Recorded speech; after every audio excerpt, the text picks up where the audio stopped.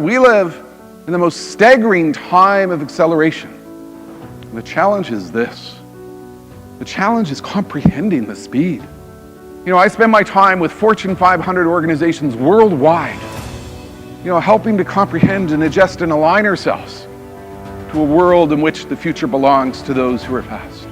Now I'm going to talk about the future. I'm going to talk about trends. It's going to be your ability to ingest these trends and turn them into opportunity that will increasingly define your future. If you think about what is going on, if you think about the speed of change, it's so encompassing, it's so overwhelming. Increasingly, the future belongs to those who are fast. Every day you open the news, you read reports, you look at what is occurring, you realize the scope of change is stunning. We're in an era in which multiple trends are coming together: artificial intelligence, 3D printing, additive manufacturing, Internet of Things. You take all of the trends which are coming together, and we've never witnessed a period of time in which so much change is coming at us so quickly.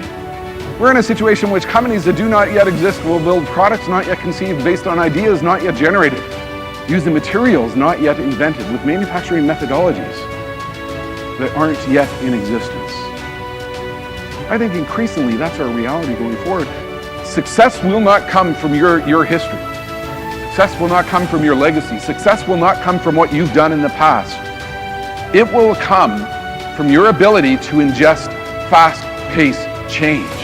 What you really need to do going forward: think big, start small, scale faster.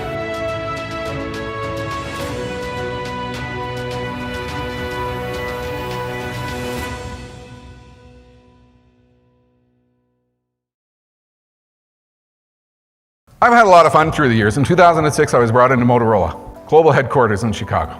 Think about the context of where we were in 2006. We were on the edge of a precipice of massive opportunity in the world of communications technology. They had the Razr, very successful cell phone product. BlackBerry was out there. Remember BlackBerry? Remember RIM? Remember that? It was a really cool device. Whoops, where'd that go?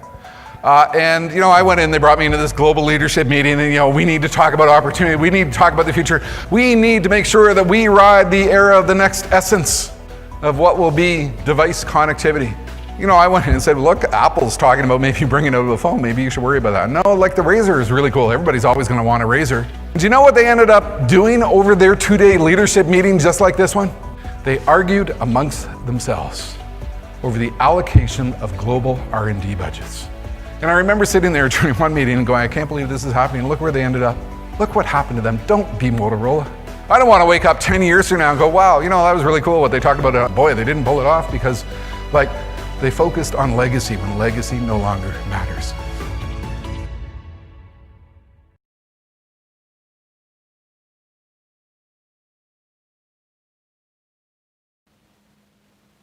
Futurist Jim Carroll from the home broadcast studio. Why do companies fail? Hubris, arrogance, invincibility.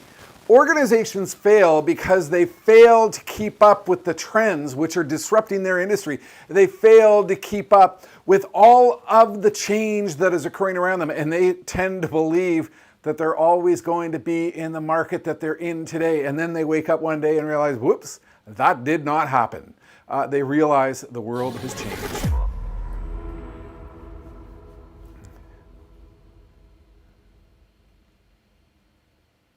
Over the last several days, I've been involved in watching what is happening with my Twitter feed. Someone made a comment about Skype and how is it that Skype has failed to capitalize on the opportunity of working at home when other organizations like Zoom have rocketed to the absolute top of the online communications game. Skype has been with us for a long time, but are you talking about Skype? Is Skype on your radar as one of the leading organizations that is taking you into this new connected world? Of course they aren't.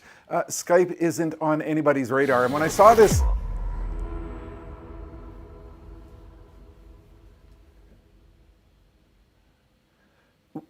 oops, I'm going to do that transition again.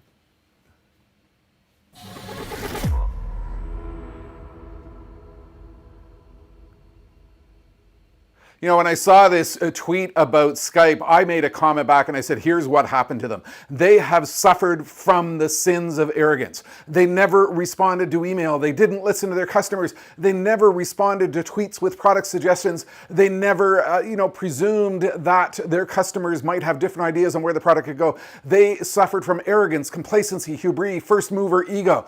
They truly became the research in motion, the BlackBerry of this new digital age when organizations like Zoom are rocketing to the top of the global communications empire. I wrote a post years ago called, "What is it that smart companies do that is really, really stupid? How do smart companies do really stupid things?" And I entitled it Moto Fail. And it was based on a story based on a talk I did for Motorola's global executive and R&D team way back in 2000.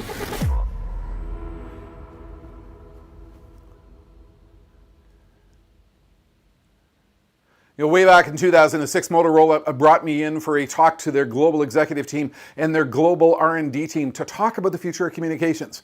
I went in and I spoke about internet telephony. I talked about what was happening with disruptive trends. I talked about the fact that Apple might be bringing out an iPhone. I talked about the fact that their world, in which they believed that everybody would always buy a Razr because it was a really cool cell phone, might not last. And you know what I witnessed? I witnessed an organization that was stuck with the sin of complacency, believing that everybody's always going to want to buy a Razr. And look what happened to Motorola. They became one of the best examples of how to be a stunning failure in a fast-moving market.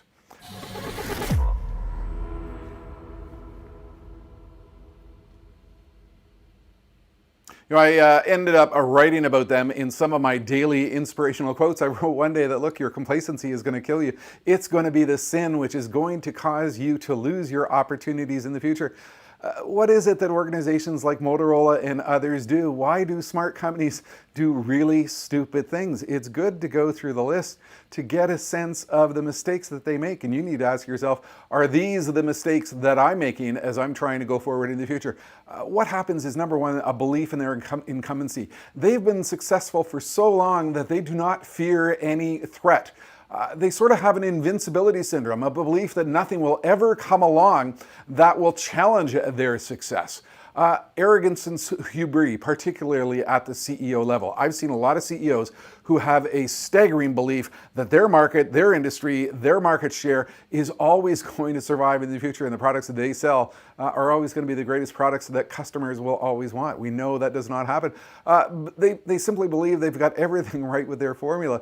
We know that's not the case with what goes on. I've seen a lot of organizations which make stupid mistakes because they have a failed team, a culture that does not promote shared goals, in which each and every division works on their own without a shared goal in mind, promoting absolutely massive dysfunction throughout the organization and missed collective opportunity with everything they do, a failure to realize and adapt to the pace of change in their market. My tagline is, the future belongs to those who are fast, and that is certainly what is enveloping us in this post-pandemic economy.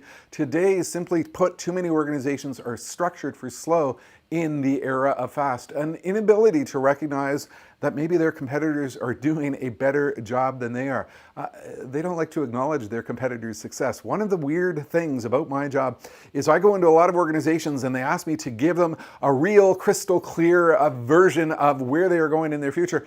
But then they say to me, please don't talk about our competitors because we don't want to scare our people. If you cannot acknowledge your competitors' success, you are doomed to fail because you will not be learning from what your competitors are doing.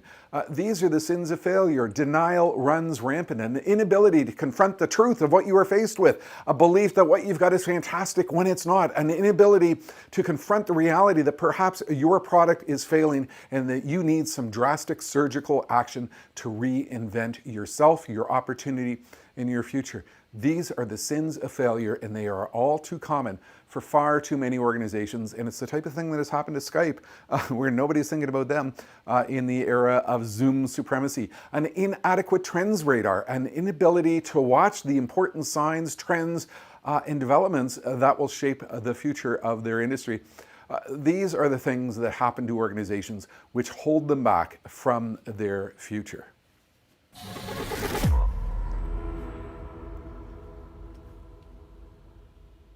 I want you to think about these issues, and I want you to look at your own organization and examine which of these issues of arrogance and hubris and infallibility are you suffering from, and how do you need to challenge those? Because we are now in a world in which trends, disruption, and industries are changing at an absolutely furious pace.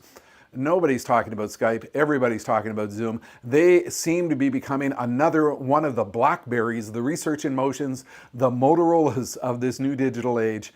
And this is happening in so many different industries. Think about where you're being disrupted and what you need to do to deal with the reality of what is occurring, because it's real and it's happening fast. If you like this video, I'm starting to do one of these every single day from my home broadcast studio. Everything you just saw is happening against this green wall here. I'm doing them live. I'm making a lot of mistakes. As you can see, the only way to get really good at live is to go live and just see what happens. And then you clean it up and post-edit. You can learn more about what I'm doing at virtual.jimcarroll.com. Thank you for joining in again. I'll be back tomorrow.